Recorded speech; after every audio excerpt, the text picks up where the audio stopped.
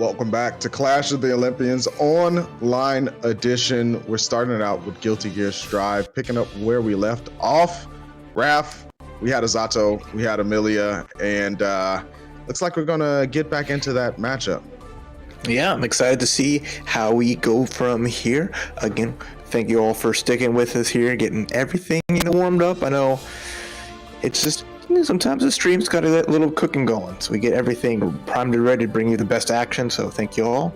But again, like we talked earlier, we got the finest in the Greek FGC coming out here online, so comfort of their own homes to really just go at it and see who will reign supreme. So these are the pools. We're going to see who gets and qualifies for top 8 winners and losers side so far this morning.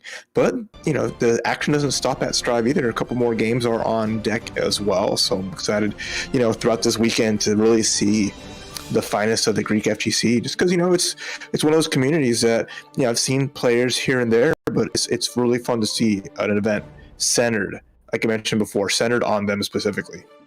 Yeah, it really does change the type of event that you're running. In the US, we have regionals, right, where we kind of have players from the region come around and they know each other, and the matches are always a little bit more intimate, as I like to say, because you know who you're up against, you kind of know what their play style is like, and it gives you a different type of setup than something that's a larger scale event. And the Clash of Olympians is very similar, right? You have the Greek FGC coming together to put on some fantastic matches, and I really do enjoy players that know each other from the start being able to go at it, because the level of gameplay is just elevated.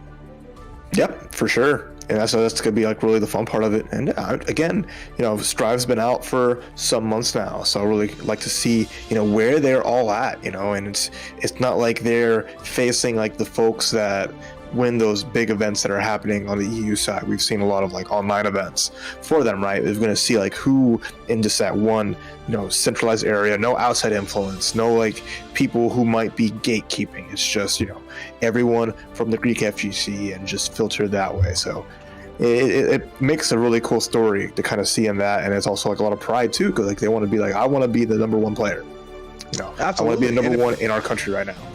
Yeah, and it puts a target on your back, right, for the rest of the EU community that's watching to say, hey, you're the best in Greece, right? Like, I want to take a crack at you. I want to see what you got and see if you can represent your country. So it's not only for the internal bragging rights, but it's also kind of the representative of the games in that area. And just like in regionals back in the US, you have that legacy behind you saying, oh, you're the one, you're the person that, is the best in the region. And people will say, hey, I want to take a swing and see if I can go at it with the best of the best.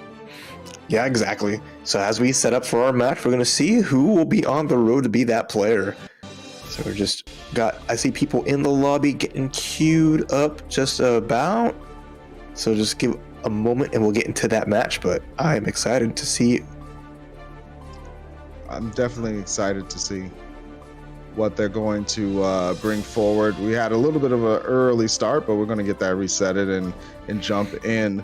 Outside of Millie and Zato, Raph, who were some of the other people you feel were kind of winners of the patch, or at least able to kind of move into an area where they might have shifted on the power levels charts, so to speak?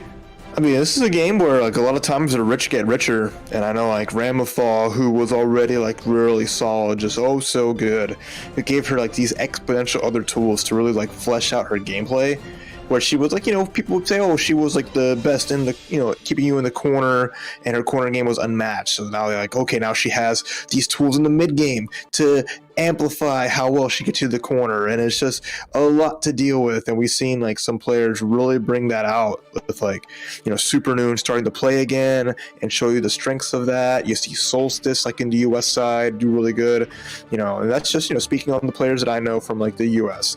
But then you have like Eno, and Eno was just already a character that was just so oppressive, like in terms of Milia, whereas like Milia gets you like those left-right mix-ups on the knockdowns, does like the up-downs and has that kind of stuff, and they just make it so it's a lot super just scary, because now that she has like better neutral, it just allows her to get into that mode so much more often. So that character is just so frightening. But like there's no like character that really got like gutted. Like the strong are still strong. Like Leo and Nagoriyuki are still nightmares to deal with, and that hasn't changed anytime soon. It's just other characters are starting to like close the gap and be just as scary. Because Guilty Gear is always that game where any character you see you got to face, you sigh, roll your eyes, like not again, not this character. Yeah, it's certainly the game where, you know, at the select screen, you know, you just look at across the cast and you're like, I don't want to face anyone. I don't. I'm tired of all of them already. And I really do. I enjoy the type of game where, yeah, strong characters remain strong, but I do like when that the band of power gets narrowed. You know, because that to me makes it really exciting. I think that obviously some of the universal system changes have changed some matchups, with faultless defense being more consistent. You know, it does change some pressure, but as you said, you know, if you still have to face a Nago on block, it's not going to be fun, right? Like, it's still super difficult to make the right decision. And same thing with Leo. So I'm curious to see how this patch kind of shakes out. I think that, you know, we're going to get to a space where now that we've had the patch over the summer and then this patch drop, we're starting to see how things are settling and how people are going to approach it when it comes to the next, you know, layers 2 and 3 after they get adjusted to the changes. Yeah, that's going to be fun. Because like another thing I always look at is like results have always been, you know, fairly varied a lot of times. Like, yeah, you know who the characters you see and be like, yeah, no surprise that this character won this event or this character is doing well. But it's always like top 8s have always had like outliers. They always had like a mix. It's never just been like, you know, I mean, there wasn't been just like, oh, it was like in the last patch. It wasn't just, oh, it's all Maze. Oh, it's all Leo. Like, yeah, those characters get represented multiple times, but you always saw like, oh, cool, here's like the Gold Lewis who's doing really well. Or I've seen like, you know, oh, this top 8 has a Faust, and that was before Faust got all those good buffs. You know, even like Axels and Kais, there's always been those players really who were able to bring that to the forefront, and it's just never been just like a one character show. It's never just been, hey, this is considered the best of the best. If you're not playing this character, then you're not playing Strive, and you know the results, you know, show that. It's just been people sticking to what they like, and it's been working out so far. And that's just, you know, a testament to a game that allows characters to do that. You know, I'm not going to say the game is balanced. I'm just going to say that characters have the tools to make it far in a tournament and win. Yeah, I think that that's an important distinction, right? To just say that the possibilities are there, and that to me is what makes it exciting. You know, for those of you who, you know, watch Strive from all over, we have a player named Crocs and Socks in the US that runs Gold Lewis, right? And does really well with Gold Lewis. And that's not a character that you would normally expect to see making it into, you know, top 16s, top 8s just on paper, because of some of the struggles that the character has, but the tools are there to do really well. And so I think that Strive being in that realm of, hey, it's possible to happen and it's possible to be able to get the character that you enjoy to that upper echelon makes it really exciting. Yeah, because always like even like the EU side of things, you know, it's always been like the Axel show.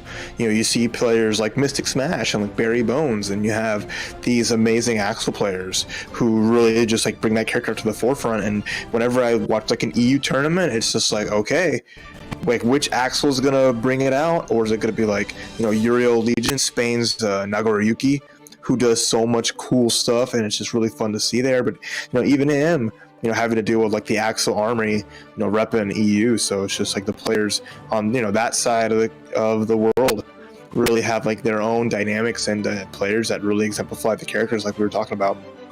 Absolutely. And, you know, speaking of strong EU players, we've seen Kai's come to the forefront as well. Dragoy, one of the stronger EU Kai players in Strive, making waves. And this is before the changes even in this patch to Kai that have kind of helped them out. The universal projectile buff helping out Kai as well. So, you know, it's a game of possibilities, and as long as it remains that, I think we'll be in a healthy place. Whether or not it's perfectly balanced is up to interpretation, but I will say that having those characters that have potential and are able to kind of score spots in the upper echelon of brackets is going to be key to keeping the kind of diversity and different looks of the final, you know, top 16, top 8s available. So I think that this patch has been healthy for the game so far. I would like to see it stay. Like let's play on it a little bit and see how it works, and then move from there. Okay, sounds like we got a match on the way. Prepare your eyeballs because the action's gonna be intense. Clash of the Olympians. We put in the clash back in Koto, so get ready for a fight. I'm excited for so, I hear the eagle. I see the yell of Mohamedasa and Kasimis. Ready to go. Battle it out. Let's begin again. All right, we saw a little bit of a piece preview of this earlier on. Kaz, having the challenge of trying to keep this Milia at bay until he can find some room to get that knockdown and kind of run the eddy pressure that you want. Let's see. Okay, the fight actually starting out a little bit. Just want to make sure everything is going good here, but Mohamedasa now is starting to bring it. Went to negative penalty early on, just like maybe seeing the connection was A-okay, but now bringing the battle, got the mix-up going, but I like that Kasimis fighting it out, taking the burst out, and now putting on eddy pressure, but nice wake-up grab from Mohamedasa. Oh, another throw from Mohamedasa, setting down the disc, forcing Kaz to guess, and guessing wrong. Want to finish it out here, had him up against the wall, and that was the name of the game, right? Get that knockdown, put him in the corner. Don't even need to break the screen. You actually want to keep the corner so you can just keep the guess game going. Yeah, grabs are take a huge momentum shift, especially in like dynamic of getting put into the corner by it, because you lose so much of the pressure that you were getting. So again, you see that Kasimis just running for Kasimis getting thrown out of any kind of pressure they're putting. At least this time they get a big hit on Mohamedasa, but Mohamedasa just jumping out, getting the grab, and now these throws have been meaning so much. Big counter hit after the burst was blocked up, and now Kaz in a whole lot of trouble. Mohamedasa gonna take game one. I love that option. You saw the goal burst, Mohamedasa running in. You think it's going to be another grab, but no, it's close slash. The strike throw mix evident with the counter hit there. Great round for Mohamedasa. Kasimis showing a little bit of life here and there, getting some big damage, big hits, but it's just not been able to keep that pressure going. Yeah, it's all about being able to loop that pressure. There's a slide up throw from Kaz. Going to get a chance to run some Oki here. Meaty hit, forced the burst out of Mohamedasa. Did not want to continue having to face that wall pressure. Okay, gets a hit here though. That's pretty important. Force the burst out though from Kasimis, who's just trying to keep this momentum here, using execution to get the eddy gauge back, but Mohamedasa getting a hit and now putting Kasimis in the corner. That was a great cross up there from Mohamedasa. Another throw, Red RC, keep the combo going, pushing Kaz towards the other corner. There's the jump back, crossover again, the JH doing tons of work. Yeah, it's been tough to deal with. Kaz finally gets an oppose that's huge. There's an executioner, and it connects with the wall break, gets around with a sliver of life. That's the momentum shift that Kaz needs. Showing that the eddy is there. They just need to watch out a little bit as they're applying that pressure, keep it going, and don't allow Mohamedasa to either bust out or get these knockdowns so easily. The knockdown, Mohamedasa running the offense again. Another strike throw set up, going to lay down the disc. Finally, Kaz finds a way to get that button out there, but another JH and a burst blocked up again. Mohamedasa on point. Yeah, that hair mix so strong, and without a burst, this is a huge advantage. Mohamedasa taking the round. Big wall break. Match point here to advance out of round one. Mohamedasa's Milia looking extra crispy. I'm liking what I'm seeing so far. I'm really enjoying Mohamedasa's Milia here. Able to just keep things going as far as pressure goes and keep Kaz guessing. A couple of 6Ps though from Kaz, showing some signs of life here. Oh, Kaz had a big jump in, didn't score the knockdown. So Mohamedasa applying the pressure again. Nice blocks here, nice 6P from Kaz. Keeping Mohamedasa in the corner, that's huge. Here's executioner, keep her pinned down, but just jumps out anyway. There's not been an answer for these upbacks. Yeah, the up backs have worked out so well for Muhammad Asa. And the extra air movement as well with the late air dash and the closeout from Muhammad Asa, taking it over Kaz. That was, like you said, just no answer for the movement from Muhammad Asa, even when they were on defense. And it allowed them to escape some really tough scenarios. Yeah, that was like the big part. Is just like it's hard to stop Milia from moving. It's hard to keep that character just in one space at one time. But like you saw, Kaz really throw so much, especially in the corner, to really put Milia just in block. But Muhammad Asa was just like, I'm just gonna keep jumping out. You haven't really proven that you can prevent her from escaping, so it was just really good awareness of that situation, and just it worked out super well there. So nice stuff from Muhammad Asa advancing through. But this is double elimination. The road to Mount Olympus, there are second chances, so Kaz will have a loser's bracket chance to make it count. Yeah, sometimes you got to travel through the river Styx to get back to the starting point of the mountain, and right now Kaz is going to be in that loser side, but still has a shot at it.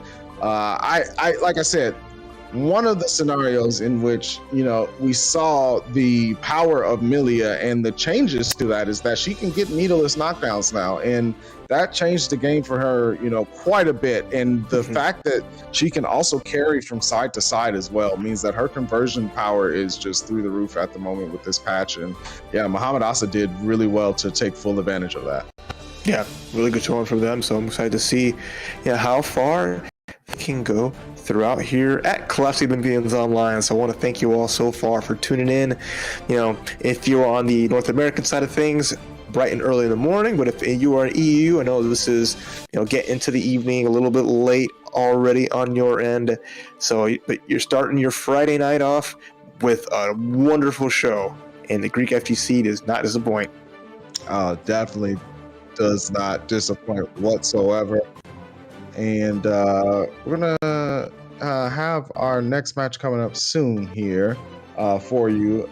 And this being a 1-2 tournament until obviously the finals changes the name of the game, right? Like 1-2 Strive is different because of the speed of the game, the damage, the decision making that you have to make.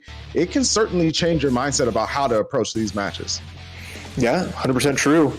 And if that's what you're used to, then it's not like anything big of a deal. It's just you got to always keep an eye out for what all the tournaments are bringing to the table. Some events are definitely going to stick to that 1-2, and 1-3 might just be the most common thing, but it's just it's not set in stone. There's no universal standard, Instead of reflecting on themselves. Absolutely, and I like the variance actually that different tournaments bring. 1-3, 1-2 shows a different set of skills. And speaking of set of skills, looks like we're going to have Mr. Lowe coming through to do battle. Ball Cypher versus Become Fire Punch. We got the Axel here. That's what I'm talking about. This is why I love the EU Strive scene. Axel Lowe in full representation. We got red versus looking like green. It's gonna be fun to see because we got characters just zoning each other out, playing that distance game, and it's just range for days. Yeah, you're going to be swinging from down the block for sure. You see Ball Cypher starting out early. A big super from Become Fire Punch actually lands as well. Doesn't get the full 2-part hit of it, but enough to get the momentum on their side. That's why we call Fire Punch. Gonna put out the flames. Oh man, so close on the first round.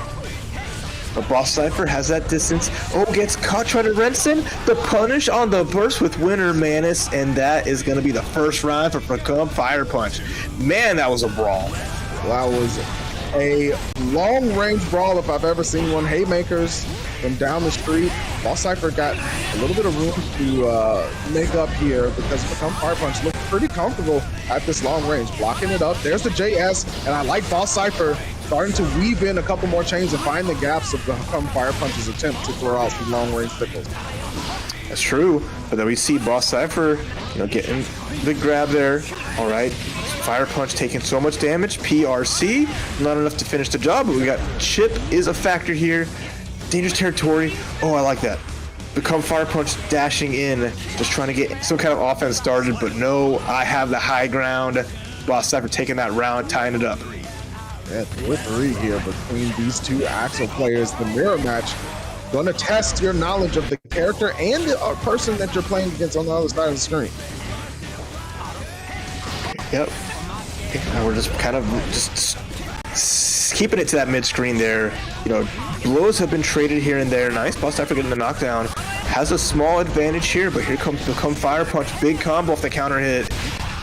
And it's just been close between both. Winter Madness connects. Some nice damage. Tries to go for a reset into it again. But nice jump out from Boss Cypher. Boss Cypher staying away from the danger zone after getting hit with the command grab. Fire Punch dashing in again, but pushed back by Boss Cypher. And now the zoning game begins. Tries to dash in, 2K2D knockdown, burst bait, the jab, and the closeout. So difficult to burst Axel, especially kind of at that range. It's like, you know, you have to do it. You know, you have to burst to get out of it, but just the distance that happens at, you know, there's really nothing that's going to hit Axel, and he gets a free punish on that. So that's a really good round for Boss Cypher, bringing it back. Okay, Become Fire Punch using the burst to put,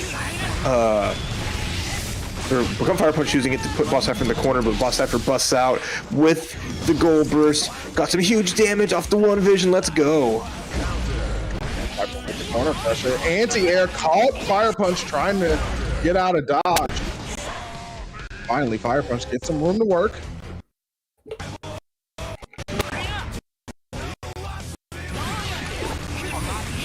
And you see, like, with Boss, whenever Become Fire Punch has the big deficit, they're losing there, you always see them trying to run up, trying to find a little something, maybe catch Boss Cypher jumping, but just hasn't really worked. It's kind of maybe a little bit of desperation. Got to be careful. Axel's jump-in's always super strong and very hard to run under. It's, you know, possible because that's one way to get in, but you got to be real careful. Super careful right now. Fire Punch is not looking too healthy. Boss Cypher is just evading everything that Fire Punch is throwing out. And speaking of evasion, the command grab on to connect. There's the burst. One vision. Nothing doing though. But a jump slash is going to keep Boss Cypher on the offense. Okay, I like this. Become Fire Punch at least getting some hits here and there, but has to watch out because something like that. One just little trade, one catch off an anti-air. Now any hit will do it. The jump heavy, dropping the double, and now Boss Cypher taking that set 2-0, winning the Axel mirror, and you know, that was a hectic match, but really fun. Yeah, absolutely fun, and it feels good, right? To win those mirror matches feels really good. You know, you're like, hey, I'm the one, I'm the Axel, right? You know, you're able to prove that you have the knowledge of the character, and Boss Cypher did a really good job of just weaving in those command grabs here and there, forcing Fire Punch to stay on the back foot and keep guessing. Yeah, that's kind of always how it goes, right? Mirror match can have so many interesting dynamics, and it's like, you know, it's never in your mind. It's like, oh, the character has like the same tools, right? So it's a 5-5, but it's just like it doesn't really work that way because it's just like the player matchup then becomes like the key factor. And when you have a character like Axel that has, you know, interesting ways that they can use their long range tools, and really like figuring out how you use that against a character that has that against you, you kind of see like how a player will play maybe more offensively, or just like in like Boss Cypher's case, just, you know, they committed to like the hard zoning, and they were very preemptive with a lot of their stuff there, and you saw Become Fire Punch being a little more aggressive, but didn't really work out because it was just kind of running into a lot of the stuff there. So it's just, you know, the player matchup really shines in a mirror match like that, and that's what makes it so much fun to watch. Absolutely, and one of those things where I'm sure Fire Punch will, you know, look at the tapes and say, okay, this is where I overextended a couple of times, and this is where I kind of lost footing to Boss Cypher, and you know, that's part of the game as well. That's part of improving. When you go back to look at the footage, even though sometimes it can be difficult. However, it will be Boss Cypher moving on the winner's side for this pool's action here at Clash of the Olympians Online Edition. Shout outs to everyone who is jumping in to see some of the best of the Greek FGC go at it in Guilty Gear Strive. Yep, it is fun. We're going to see Boss Cypher coming back up again, so more Axel low on deck, but their opponent this time, Zamanfu, who was in the chat there, hanging out. Okay, so that's going to be interesting when we just saw Boss Cypher go ahead and win the Axel Mirror. So they're still playing warm. And sometimes, pools actions that you want to play your matches. If you're doing well, you want to just keep the matches flowing, right? Like you don't want to cool down. You don't want to, have to wait for the next one. So this could go very well with Boss Cypher to be able to make their movement through this first pool. Yeah. That'll be like the fun part is can Zaman Fu just find like the power to really snuff out Boss Cypher with like the momentum that they had going on there. I mean, take a quick look at the bracket. So this is to get into, let me see, top 8. Yep, this is a qualifying match for top 8. So we saw, again, Boss Cypher, won their first match, and that was the winners quarterfinals against Become Fire Punch. So now this will be a top 8 qualifier between these two. I'm excited to see who of these two makes it out and basically gets that good feeling of like, okay, I qualified for top 8, one hard part down, and now we have to see can they, later on, will they be able to run it all the way to the top, to the summit? That's where you want to be able to do it, and obviously you want to enter top 8 on that winner's side, keep your double elimination chances alive, and you know what? That's part of the magic of being able to prove you're the best of the best is enter on that winner side, have a little bit of an easier time as well, less pressure. And I think Boss Cypher is doing a good job so far. But obviously Zaman Fu got here for a reason. So it's going to be interesting to see how they're able to approach the Axel matchup, especially because depending on who you play, that matchup can be very, very, very frustrating, and that's part of the beauty of that character. Yeah, I mean, it's kind of just been like a testament to how he's been throughout so many Guilty Gears. It's just the character is all about polarizing matchups, mostly for him, right? It's like you have these big old characters that might not have a lot of good movement, that are just like don't have long range tools, so they suffer so much damage trying to get in. Like, sure, if they knock Axel down, they could run their game like any other time, but like. You have your characters like, Chip. You have your characters that are like Ram, that have like these really good long range tools or ability to kind of like skirt on their way through and just make it count. I mean, like Ram, it's like has like range, but still like Axel has like full range, whereas Chip is just like, I can just run at you and it's gonna be hard for you to stop. I can jump so high, it's hard to anti-air. Little things like that just have that dynamic. But it's like it's one of those things of just like. They both offer like a tough matchup in their own ways, where like Ram is so good at scoring a knockdown, and then like Axel's gonna be struggling to get out of it, whereas like Chip is like, yeah, he's got good knockdown pressure, but it's just like the problem is how do you stop him from just getting in your face? Yeah, those are, as you said, the polarizing parts of that matchup. If you're playing Axel, especially without really any invincible reversals, you can't use it to, get out of pressure easily. Obviously, you have super, but, that's a big gamble. And especially with characters like Ramlethal, you guess wrong and you're at the wall, she's probably going to kill you. She does plenty of damage, and her ability to score that knockdown, carry you from one side of the screen to the other, and then run her offense with sword set is mighty scary. So it's going to be up to Boss Cypher to know what to do when I get in trouble with Axel, and we saw a little bit of that when they were playing up against Fire Punch, but that's a mirror match, right? So all the options, what the character can do, you're quite familiar with it. In this scenario, you're going to have to say, okay, where's my character able to escape some of these pressure swings that I might have to lock up if I get knocked down? No, 100% for sure. So, we'll see as we're getting set up for a match. I know the players are in the lobby here getting all set for our qualifying top 8 match. I see one already in there, so just give us a sec. We're just, it's just like running pools offline, right? It's all about wrangling those players, finding out. It's like, do not walk far away from the pool area. I know you're at home, but no time to go outside, no time to take a lap. We got matches to get underway here for Clash of the Olympians. And it looks like the station is all set. We're ready to go. I'm excited to see how this one's going to play out. The very first top 8 qualifier here at Clash of the Olympians Online Edition, Guilty Gear Strive, Axel Lowe versus Anji Mito, another character that has been blessed a little bit with this patch. Yeah, you see the Anji army really content with a lot of the changes there, and you'll see this is a character that has some cool things to kind of like mess around with neutral to like get past, what maybe Axel will be bringing, and honestly apply some really good pressure on the knockdown. But if Axel can keep him away, it can be really strong, and you see that burst used early. But all the spins, the Manfu dancing his way up close, going through, like, just saying, calling out, if you want to just throw out buttons to zone, it ain't gonna work. But Boss Cypher getting hit into the one vision, it's gonna get some good damage and take Zamanfu's burst. Zamanfu with a full stick of meter, goes for the butterfly pressure, cancels into the purple RC, gets him with the Nagihah and closes it out with the close slash.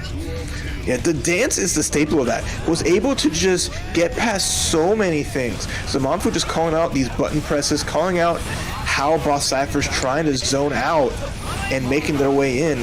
Nice, punishes one of the spins. That's going to be a big part of it. Boss Cypher also using some throws here too to really blow up how Zamanfu's just trying to make their way in. Zamanfu right now going to have to change up the choreography because Boss Cypher has gotten the script and knows what the deal is. There's a Kobo anti-air addition. Going to be plenty of damage on the board and wall carry. Yeah, it was super nice. There's the spin again. Whiff grab, forced to PRC, but just does go one more time, calling Boss Cypher out. And there's the burst punish. That's going to do with the JD. And you cannot stop Zamanfu's dance moves. Yo, Zamanfu definitely gonna say, one of the people to show up to the dance floor said, I don't care what other people think, I'm gonna enjoy the song. And right now, it's a song of victory. Game 1 going over to Zamanfu. I really enjoyed that they didn't move away from spin when it failed a couple of times, right? Zamanfu was like, yo, this tool is going to allow me to invalidate a couple of Axel's long-range game. Even if I mess it up a couple times, I'm not going to drop it. And that shows a player who's confident in their game plan. Yeah, 100% for sure. And it's just like one of the ways of just really putting it on your opponent to deal with it. Like, I'm going to keep using this. I'm going to make it a statement of like, I'm not afraid to just throw this out. You can punish it, but I'm going to keep using it. And I'm just going to make it one of those like things that's going to be in your back of your head. Like, okay, you think you can condition me to quit it. I'm just going to keep on trucking, make it count. But nice gold burst from Boss Cypher right into the one vision. Huge damage there. And a big lead. There's the winner, Manus. It's going to go into the one vision one more time, forced to burst out from Zamanfu. That's Zamanfu getting caught up by another command grab side switch situation for Boss Cypher, but Zamanfu not done. Trying to spin to win here. 2K2D knockdown. Oh, went for the counter super and connects. Zamanfu with the reads. Oh, that's huge damage and knockdown, but because it leaves Axel so far away, Boss Cypher was in a great position to just zone it out, get the anti-air, get around on board. But now here comes Zamanfu, round 2. Oh, huge spinning from up close. Boss Cypher didn't bite, got a little bit of damage there. But now it's in the corner. How are they going to get out? Nice, 2K2D. That is such an important series for Axel. Being able to get the 2K2D knockdown and push the opponent back is one of the staples, and knowing how to use it with the character is one of the big dividends. Speaking of dividends right now, Boss Cypher trying to cash in on all the Game 2 stocks. Oh, PRC from both players. Nice little dust there. Zamanfu with the big jump and no burst available from Boss Cypher. Has to watch out.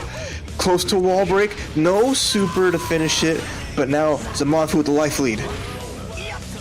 Oh, just ran up and throw. Hey, look. You saw him spinning and you gave him a dance partner. I really like that. Boss Cypher just saying, you know what? Not going to throw out a button here. I'm going to go ahead and respond, anticipate a spin. And Anji is definitely throwable during that spin animation. Yeah, it takes 2 to tango. So I love seeing Boss Cypher calling that out early. That was really cool to see. And that was just a really good awareness. Boss Cypher making those adjustments. Just a little more patience. We saw like the Co's come out in neutral, getting punished with 5P. Just really Boss Cypher waiting and seeing, so they can take advantage of the situation, because there is going to be those punishable portions of the spins. There's going to be Ko's going to have those frames where you can get an easy hit on there. So just waiting just a little bit paid off so well. So now we're going to see how Zamanfu turns that around and how they say, okay, so I got hard called out. and pay the price for it, but are they going to stick to their guns, go all in on the dancing, or are they going to just maybe just be a little bit more reserved, maybe not show all their moves up front? I'm excited to see how they answer back. Yeah, this game 3 is going to be explosive for sure. Zamanfu had all the right moves for game 1, but Boss Cypher changed the name of the tune, and right now they're zoning Zamanfu out, but there's a spin, big counter hit. Zamanfu finally gets in. Now we're just trading hits here and there. Big counter hit because there was a gold burst earlier. No burst to get out of this pressure. Really scary if you're Boss Cypher, who's just trying to up back and block it. Nice punish, force the burst out from Zamanfu. But Boss Cypher still in this corner. Is he dead? I feel like he is. There it is. Definitely dead. Through the screen goes Boss Cypher, and now Zamanfu on match point. Okay, nice punish on the spin. Really important there to get that punish and give Boss Cypher all that room. Winner Manus connects. Nice knockdown. Pushing back away. Let's get back to zoning. Spin to win into the Fujin. Anti-air from Zamanfu, however, force the full screen. Boss Cypher looking real healthy. There's the command grab into the one vision. Time stop. Let it rock. Okay. No huge extension, but still some good damage. And now you have Zamanfu in the corner. Boss Cypher content on chilling, but the huge counter hit on the Fujin. This is going to be some corner pressure coming off here. YRC. And now Boss Cypher is bursting. Like, I need to end this round immediately. Zamanfu does have burst available as well. Uses it, gets the hit, but the Sickle Storm coming out. Boss Cypher spun through. Zamanfu. Wow, what a decision there from Zamanfu. Oh man, Boss Cypher reacting to the spin with the super, but the spin doesn't care. Have you seen how this man dances around everything? Zamanfu skirting the Sickle Storm, just avoiding it perfectly, getting a huge punish. I mean, it's a two-part super, right? You get past the first part, you get a free punish, and you saw it end there. The high risk from Boss Cypher not working out. What a turn of events where you really see an opponent like this has so much startup. I have ability to get through this, but Anji, that's a move that's just designed to blow up things like that. That was super. Wow, what a way to end that game. Yeah, great stuff from Zamanfu. Going to be able to get into top 8, sashaying their way into the winner's side. So big ups to them for just an incredible set. And not over for Boss Cypher. Obviously has that loser side to be able to try to qualify, but woof, what a way to have to, take that loss. Certainly not one that you enjoy for sure, but sometimes you got to just forget about it and keep moving on.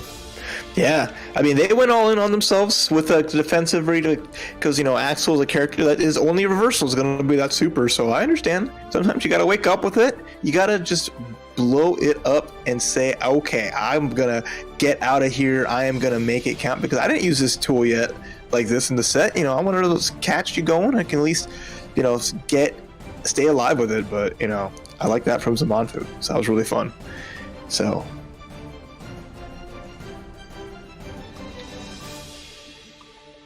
we're gonna have the next match coming up very soon. It's gonna be Kai versus potentially Amelia, and we haven't seen Kai just yet today, but Raph, I think that Kai is one of the characters that keeps getting better as these patches drop, and right now can be a neutral terror. Before the patch, certain players who could confirm really well into Ride the Lightning were getting free wall breaks even when they were only 1/4 away from the corner on their end. And now with the buff to projectiles, with the ability for charged stun edge to be used even more consistently after knockdowns, Kai is a force out here. Yeah, characters, was always kind of just like, this is a character that's solid. This is a character that may not have like a lot of strengths, but it's not really like any like huge weaknesses. So it's just everything's getting tuned up to be a little bit better. I mean, yeah, the fireballs, the stun edges were never really something that people could really throw out, and they kind of still aren't. It's something that is there, but it's like it's so easy to kind of get rid of, especially in a game with such high mobility. Like Guilty Gear Strive has. There is no like Exert YRC where you use 25% meter to really make that fireball a bigger threat. And it's just the scary part is like the counter hit state that Kai's in during it too. It's just you really got to be extra careful. So I'm not sure if we're going to see taking the risks using that a bit, but with the Fujark, the kick to go over, that's going to be a big part of it, I think. So Asteris versus Delito, it's going to be this match. Let's go. Continuing on here in pool 1. Oh, jump slash going to connect for Delito, but push back. Asteris working the corner, gets the pressure and the conversion through the wall. Asteris coming out strong for game 1. Yeah.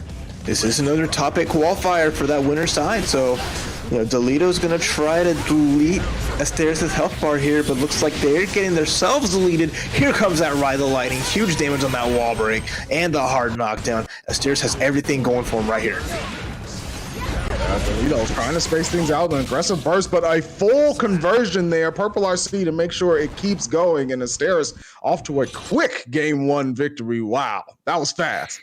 That was, and even with the game going at such a fast speed, it was just Asteris just getting these big hits, cashing out huge damage. Milia folding like cheap origami. That was wild. That was just game 1. Yeah, I really do think that Delito's ability to use those air actions are going to be so important, but we saw Asteris had a couple of answers there every time Delito tried to get that movement going, and the chase down from Kai with the Fujark, like you were saying, just allowed them to stay all up in Delito's business, especially if Shock State was applied. Yeah, that was brutal. Asteris showing why they are the top seed here in pool 1 of Class of the Olympians. This is the Zeus. This is the King Supreme that people are going to be gunning to take down. And with the way they're playing and showing off right now, I don't know. It's got that lightning throwing out all the bolts and putting that pressure. This is going to be scary. Delito spacing things out a little bit more, finds a way in, but has to play the hit and run game, gets back thrown, Asteris gets a chance, Star Stun Edge comes out, the FD gives Delito enough space to escape, but look at the life. Delito already close to dead. Yeah, opportunity though. This is nice for Delito. It's getting some big hits here, has a small life lead. And with the positive, almost negative bonus. Gotta be careful not getting negative penalty. But gets an anti-air, and there we go. Delito getting around. Okay, that's good. If he bleeds, we can kill him. Asteris is not invincible. Delito trying to be the Godslayer. Great 6P there. Jumping in, JH connects. Nothing much off of it, but an immediate dunk from Asteris, keeping Delito out the skies.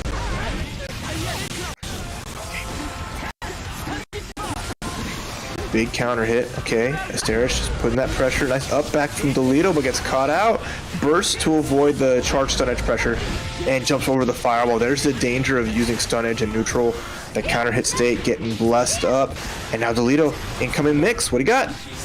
Oh, great stand block from Asteris to not get hit with the charge dust. However, it still gets knocked down. The late air dash on the H forces out the burst from Asteris. Okay, spin dash comes through. Nice block. That's just Delito putting on that pressure, keeping Asteris in the corner. Counter hit. Delito getting a game, tying it up 1-1. And that Milia bringing it back. We saw how fast Asteris won game 1, but Delito is not going down without a fight. Yeah, Delito certainly using more of a hit and run play style in game 2. Worked out incredibly well. Not overextending as much, knowing like, okay, if Asteris gets me with one of those big counter hits, if I get hit with a far slash or a 2H or something like that, I'm going to eat a ton of damage. So I'm going to get in, do a little bit of damage. If I don't get the knockdown, I'm going to get back out and try to win in some air-to-air exchanges or find a different way to approach. Yeah, they've shown some answers. The stun edges, I think, were probably like one of the hardest things, because that's like giving Milia opportunity to really just get in your face, get a free hit usually, but it's just like it's so hard to pin her down with any kind of projectile. So I want to see if Asteris maybe goes back to the Fujark, maybe just go back to using some normals. But this is scary already. Delito with a big hit. All this pressure here. Gold burst comes out from Asteris, doesn't connect either. Sarah's trying to get some bar, but it's Delito forcing Asteris back into that corner. You see the aerial movement, a late JH going to get a big hit. Sonic Spinball at the wall, and through we go. All right, and this is all Delito. Just needs any kind of trade, any kind of hit. This is huge. Could be the first big upset here of Kodo, but Fudrark, here's the damage. Now, what does Asteris do? Delito has YRC, I like that. Finds the 5K 2D. Match point Delito to get to top 8 over Asteris. Delito trying to change the fates of the mortals and cast down Asteris off of the mount early and put him in the loser's side. Okay, connects with the hair car, coming in the pressure, but the throw, getting too close for comfort with that close dust. Asteris also has burst available, 50% tension. If they get a big hit, could convert into Ride the Lightning. Went for the 2S, nothing doing. Delito trying to find a way in, but gets hit with the 2S in the immediate burst. Oh, again, the stun edge getting punished. You know, I saw Asteris trying to throw that out and see if it'll work, but Delito has just worked his way in against it, found all that pressure, but Asteris still with a huge life lead. Oh, great jump over H with Delito at the wall. Doesn't convert, gets back thrown. This could be trouble. Oh no, PRC throw! Big cut before the damage came out. Unintentional, I'm sure, but that was a little funky. Didn't even connect. Oh my goodness. Double match point here. We're at the last round for top 8 on the winner's side. 6P going to connect here for Asteris, pushing Delito into the corner. How does Delito escape? Shock State applied again. Oh, got an instant block. Was still too close for comfort. This is huge for Asteris. Just needs at least one more solid hit to finish the job. But Delito jumps out, mix-up time. There's Vapor Thrust working. There's a punish on the burst, and now one more hit away Asteris to make the top 8, but uh-oh. There's the burst from Asteris. They only need a touch. A dab will do. Sonic Spinball, though, is going to convert. Delito's all up in the gravy. Counter hit, close slash on the blue RC. Delito can make this happen. No, the dust! Tried to catch Asteris blocking, but the up back gets the punish. Asteris makes top 8. Delito with almost a huge comeback, but let it all out. Took a big risk with the charge dust, and Asteris wasn't having any of that. Definitely was not having any of that. Asteris with a bold decision, if you think about it, right? Because you're knocked down, it's Milia, close slash meaty is going to either force you to block and put you back down on the ground, or you just get blown up, right? So like, if that charge dust had been a close slash, Delito still had another chance to run some offense. So that was a really bold decision from Asteris to decide to go ahead and jump in neutral, up back and jump there. Yeah, and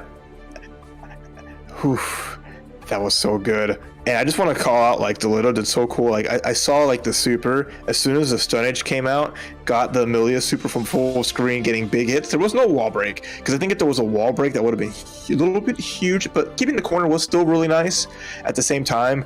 But just, I was on the edge of my seat, and I'm excited to see more amazing matches like that when we get into pool number 2. But, you know, any thoughts of what we've seen so far, Dynamite? Look, I think that it's proven so far that the Greek FGC has some heat when it comes to Guilty Gear Strive.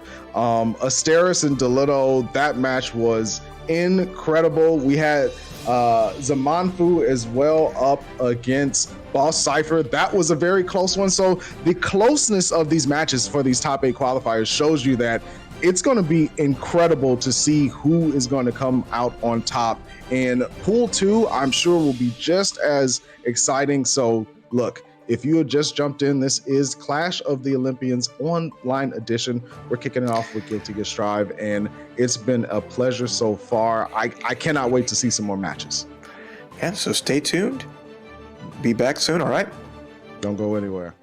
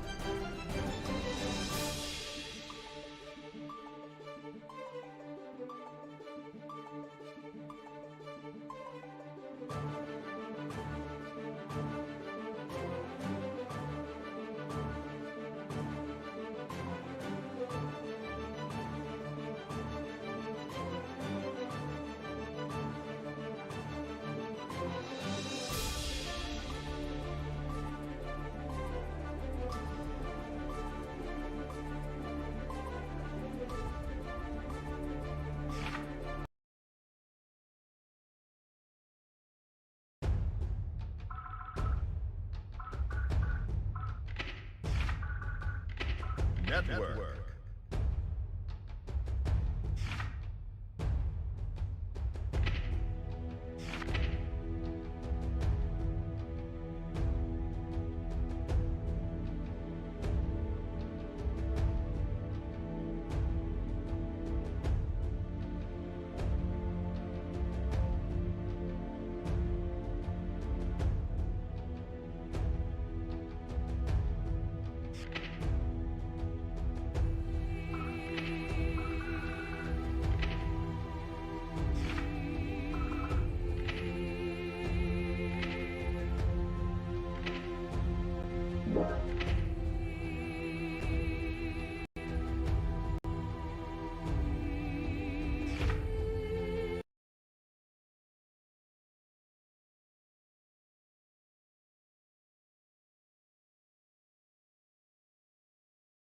Welcome.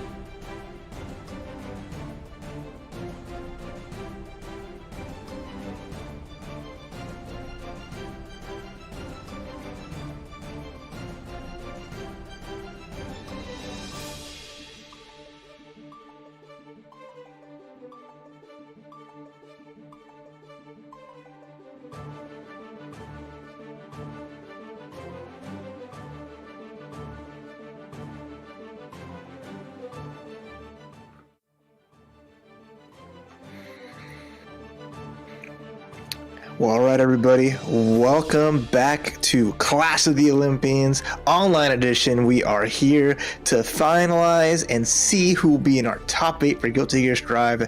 Appreciate y'all and your patience waiting for us to come back to the action. I am Raph. With me is Dynamite. What's up, Dynamite? How are you enjoying this Strive so far? Well, it's been fantastic. I really have enjoyed myself watching the best of the Greek FGC go at it. And Pool 2, we're going to have 2 matches coming up ready to go to see who gets further into that top 8. And let me tell you, Raph, the people who have qualified so far, well, those are some contenders. There were some really close matches there in those qualifying ones.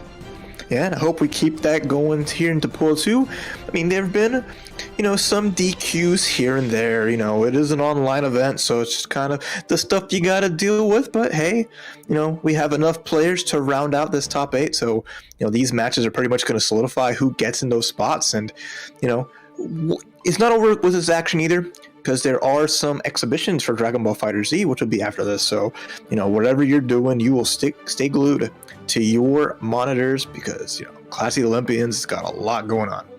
Oh yeah, all weekend long there will be plenty of FGC action from the Greek FGC, and we're just getting started here.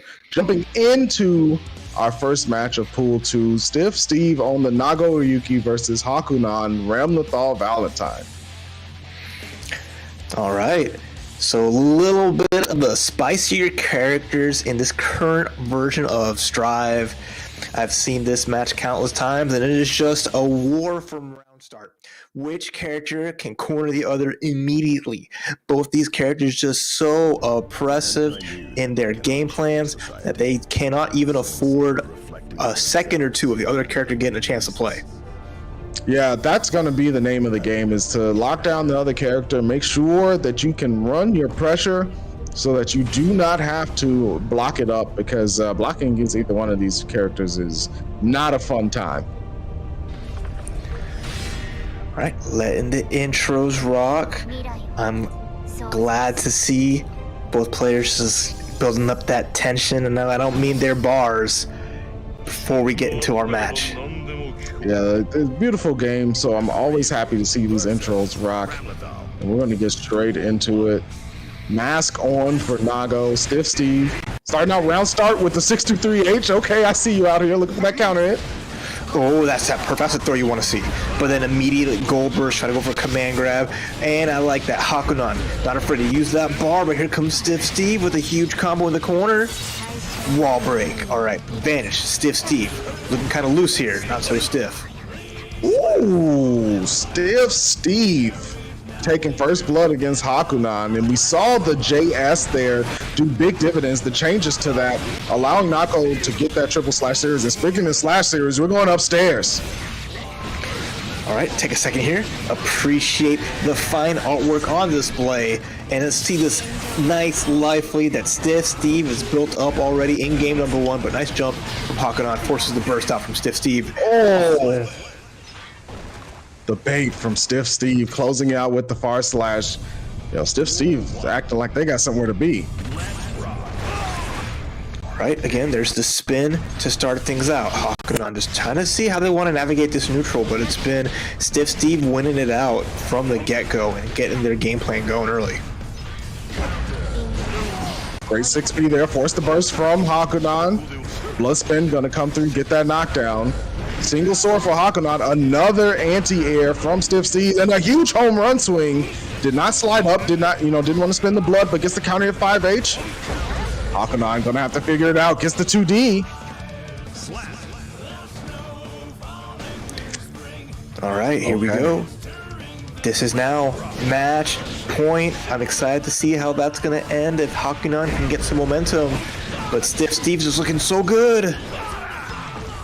Stiff Steve certainly playing very relaxed at the moment.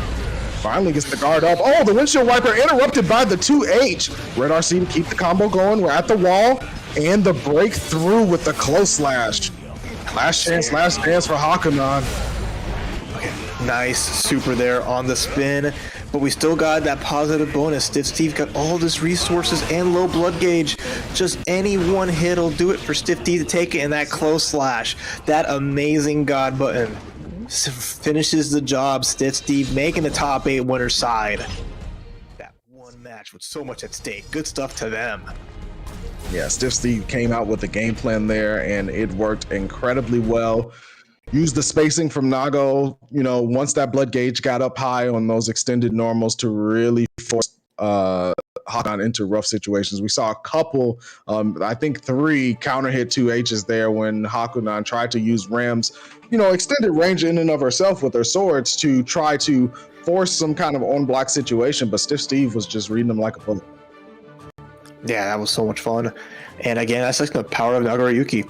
Such amazing round start options. So what an ability to just dictate the match from so many spots. So that was just, a dominant performance with such a strong character. Not to say that, Ram doesn't have the tricks up her sleeve and the ability to do that just the same, but, just seeing how much life you lose just from those mid-screen confirms and just how daunting it is to really maybe just get within that range that Nagoriyuki controls so well. It is super scary and super hard if you're not of steel will.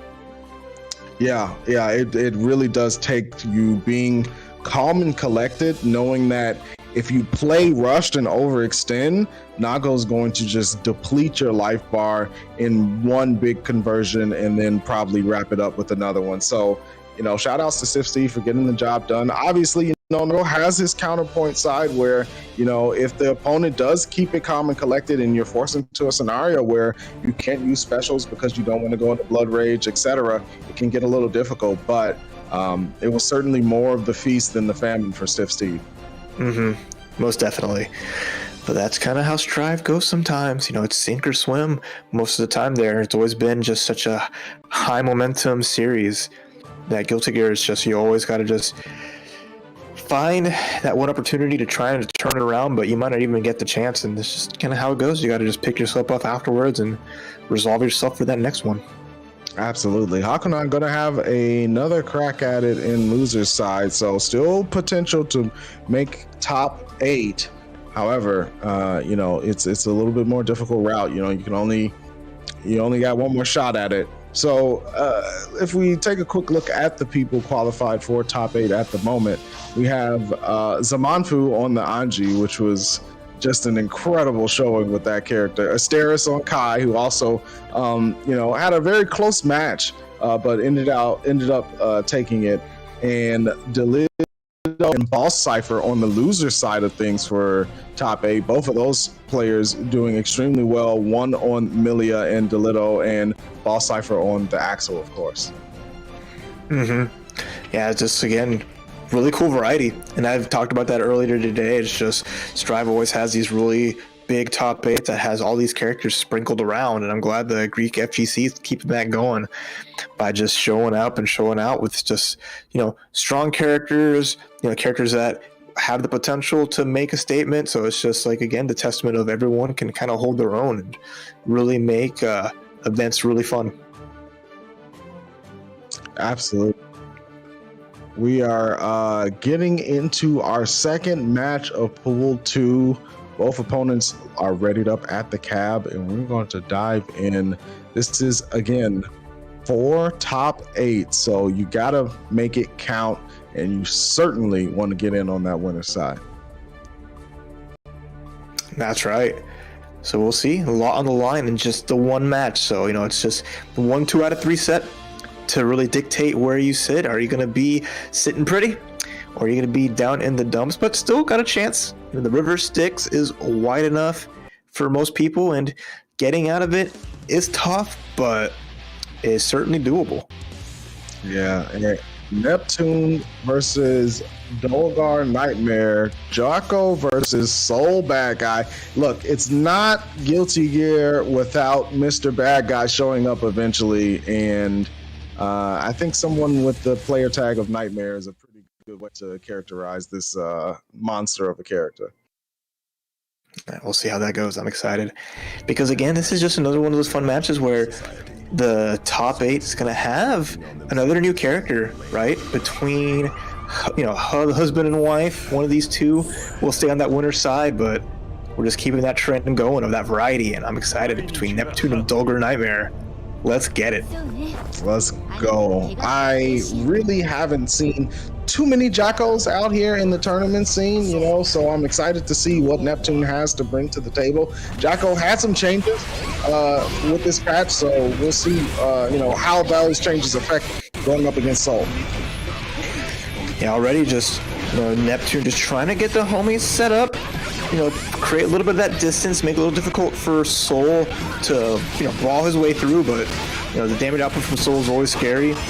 Even trying to contest him up close, it's just a danger, because once he gets going and starts getting those big hits in, nice reversal in between, the soccer kick denied. Tyrant and Brave, Elysian Driver coming out here. She does move forward quite a bit and gets the connection right back at you. Neptune, first blood. Ooh. Dolgar Nightmare didn't even throw a button out, but didn't try jumping, got caught out. And now Neptune with that first round lead, okay. Oh, big counter hit there on the close slash. We're back in with the Nightwave blocked up. I kind of like that, though. Going for Nightwave Vortex, the worst thing's going to happen is maybe a simple knockdown. So it closes the gap for Soul, and you see that Dolgar Nightmare with a perfect answering back. Yeah, I mean, this is how you want to play the character, right? Just relentless aggression, making sure your opponent is always on block. A Volcanic Viper there blocked up. And again, Neptune forced into the corner. Big counter in here. Finally gets to set up some minions. Yeah, that's good. Now we're seeing Neptune get some things going. Counter hit soccer kick, because a lot of bar too. If you can get some more homies out, we might see the armor super, make the minions a little more durable to work out, but no, just often just get these little hits in here and there. Biding their time with that bar. Absolutely. Neptune getting counter hit soccer kick, throws out the minion, but a big Nightwave Vortex pushes Neptune into the corner. Dolgar Nightmare hammering away at the guard. Oh my god, uppercut PRC. Neptune still blocking. Has all this bar. Has to use it at some point. Nice block on the 3 freaking 5k. There's the burst immediately. Oh no! A full stick of butter. Neptune goes down without using their resources. Dolger Nightmare, being the nightmare that they are, just taking that game with just relentless pressure.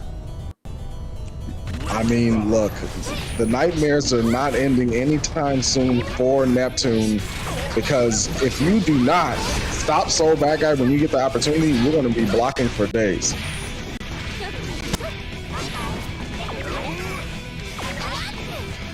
Okay, here we go. Nice Neptune. This time having a huge lead like in that last round of the first game. So let's see if they can just hold on to it, because, you know, Dolger Nightmare just needs that one chance. There's a small counter hit, nothing huge there.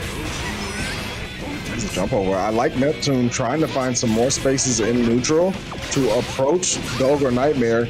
Gets the hit with the minion and converts. The slower pace certainly playing out better for Neptune at the moment. Yeah, definitely. Want to see if they keep that up, but uh-oh. Dolger just runs in with the wild throw. Oh, it's a whiff Volcanic Viper. Side switch with the servants out here. Workers Union putting in that overtime. Oh yeah, they came here to play and they're here to work. You know, it might be Friday, but they don't clock out until the job's done. There's the crossover. Went for the 2H there, but nothing doing. Neptune, though, stuck in the corner. Bandit Bringer, PRC to keep the offense. Nice jump from Neptune. Going to be able to escape the corner and get the counter hit. Yeah, that setup isn't working out so well for Neptune. Just set the mini and get the cross up. It connects. Counter hit that should do it, and we're tied up 1-1. I like this from Neptune. Staying more mobile. We see them taking to the skies a little bit more. Getting that set up with laying down the server and then crossing up. Stuffing Dolger Nightmare's option in a very needy sense. And now, game 3, going to be up to Dolger to make some shifts. Yeah, we'll see what they can get. They've just been doing their best, just trying to close this gap here, but these uppercuts, these Volcanic Vipers on block, just giving Neptune opportunities to get this free damage, and it's racking up.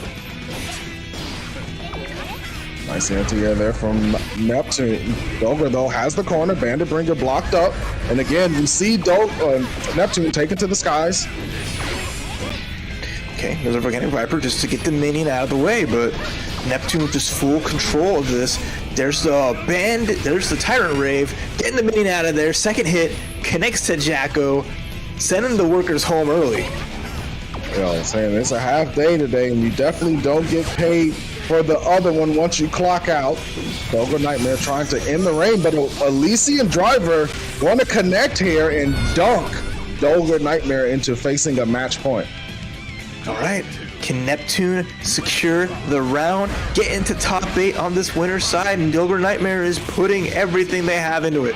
But Neptune, again, with the space, with the life lead, Vortex comes in, counter hit. Oh, but the drop into wake up throw.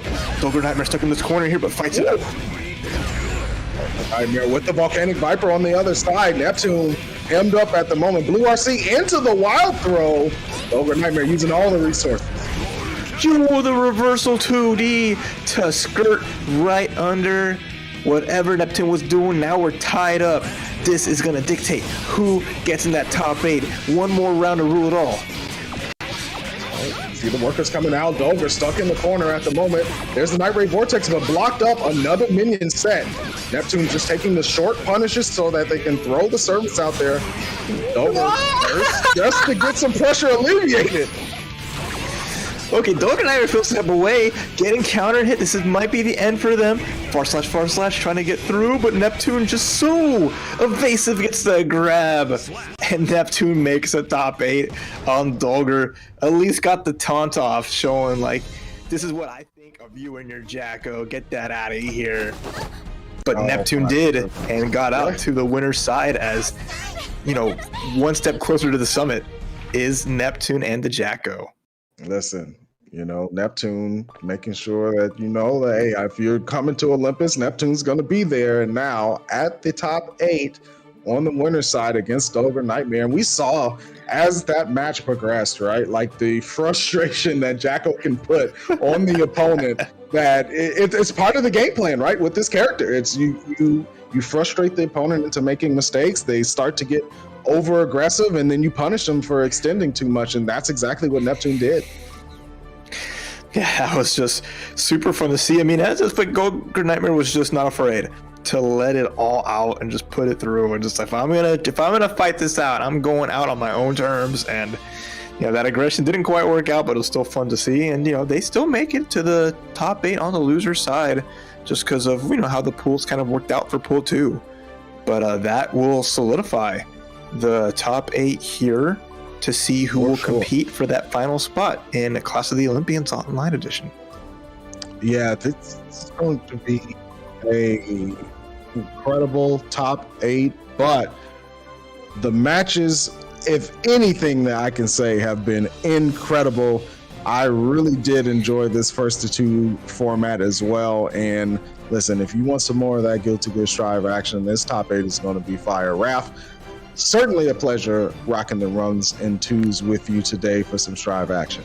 Oh yeah, it's been nothing but a blast, Dynamite. You've been a pleasure to work with, and it's been a pleasure to see the Greek FGC go all out and see their amazing players. So thanks to all of you who entered Clash of the Olympians Online and putting on a show. But the show doesn't stop right now anytime soon. We're going to take a small break, and then there'll be some Dragon Ball FighterZ exhibitions. But want to appreciate all of you who tuned in, supporting Clash of the Olympians, and I hope you all have a wonderful weekend. And Dynamite, any last things you want to say? Just big ups to obviously Legacy of Kaiser for putting this together, and shout outs to everyone who's tuned in, tweeted it out. Incredible stuff. Can't wait to see more over the weekend. And until next time, peace and love. Play some Guilty Gear. Keep on rocking.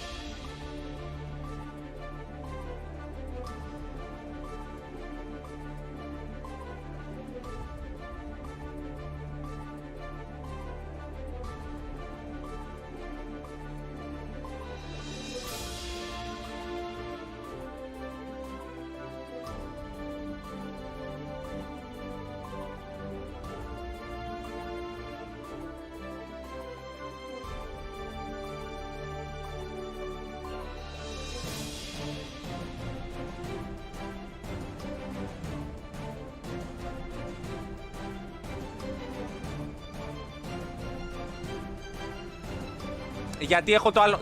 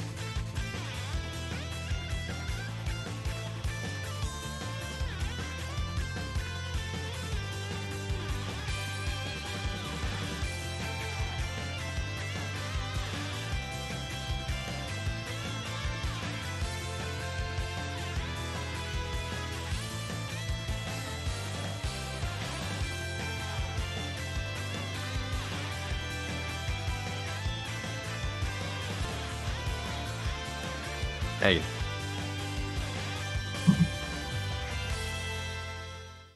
Oh, wait a minute.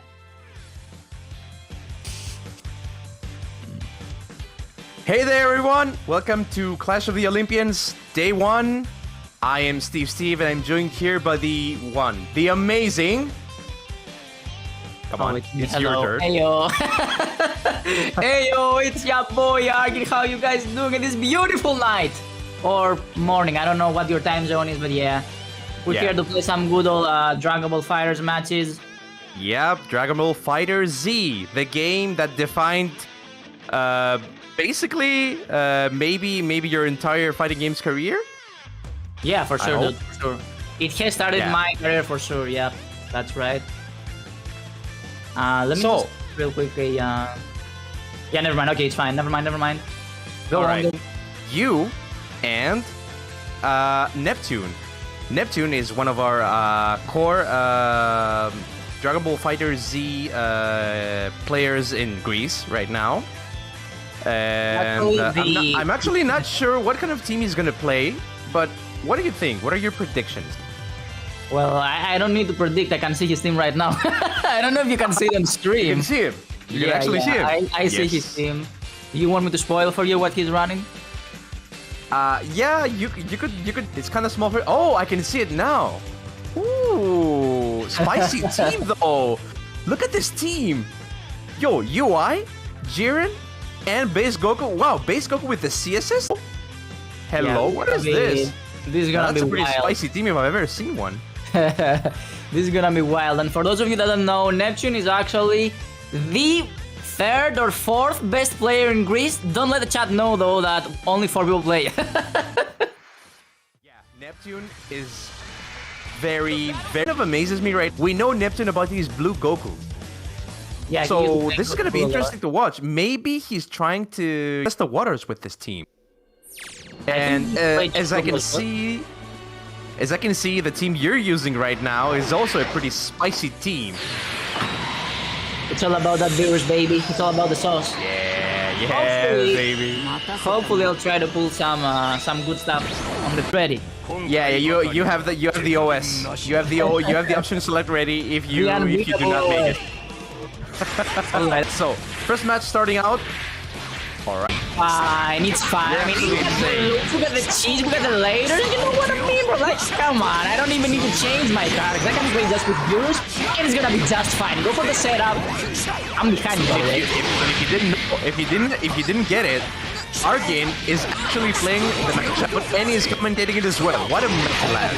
What an actual I'm used to it. I've doing a lot of a live commentary, so I'm used to it right now. But the bad thing is that I'm not playing the team that I wanted to run, but I mean, Adult Gohan is not half bad either, so I guess I'll just have to make do with this. You know that if you win, you cannot change the team though, because we're going with winner doesn't choose rules. Oh, so I'm actually allowed to change. Oh, am I allowed to change teams?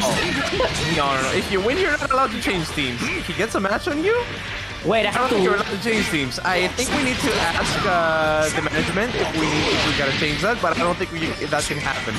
So make it with what you can right now. But you're doing pretty good for yourself. I cannot bear to watch. I mean, this ain't no Tetris. I don't wanna block. I wanna play. Exactly. We paid $60 for this game. We're allowed to press buttons. We didn't pay for this game to block.